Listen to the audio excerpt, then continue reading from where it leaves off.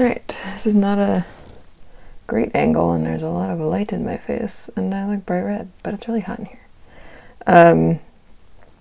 Whatever, this is what we're doing today. Hello, welcome to the show where I guess Weekend Update Jokes. It's the first week back and I'm exhausted. I've been in the car all day and I just can't bring myself to set everything up.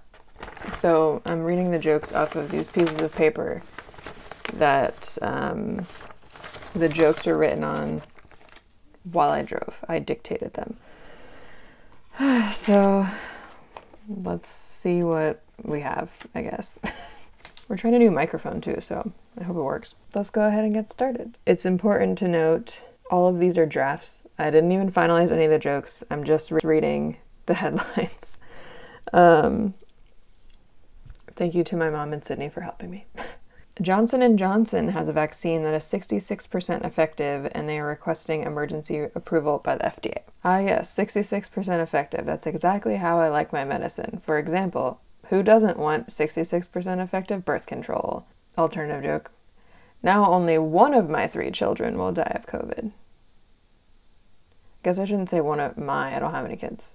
Now only one of your 3 children will die of COVID. Subway's tuna sandwiches are not actually tuna.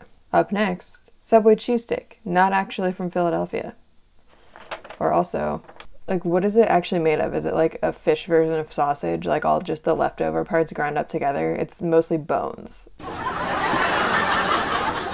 Lori Loughlin's husband, Massimo Giannulli, has requested to serve the rest of his 5-month prison sentence from home because he's terrified of getting coronavirus, and a judge said no. Good on that judge. That's like asking the front office to go home because you have period cramps.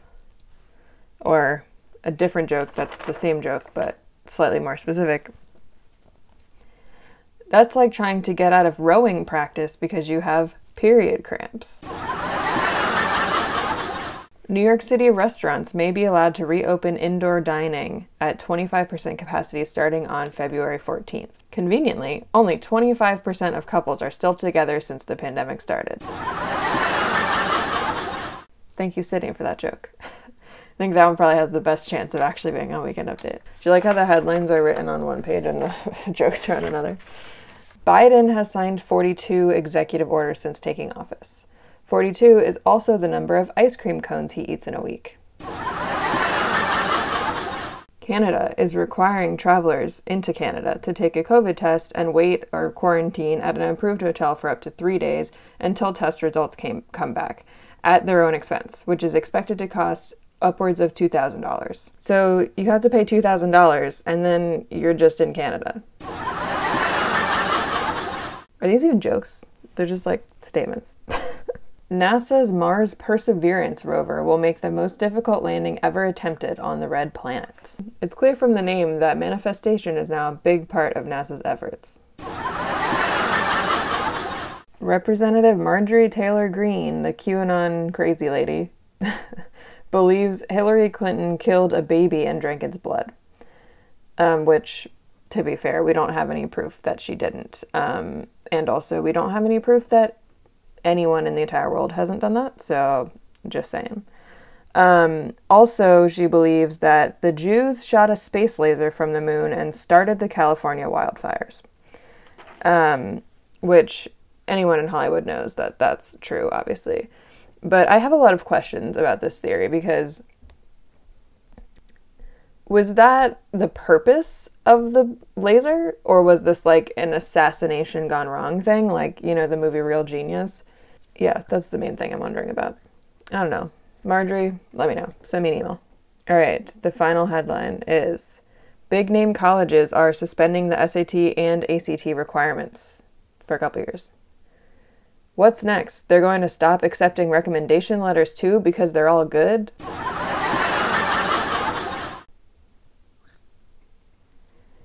All right, whatever. This is what you're getting this week. This is what I have the capacity to put out this week.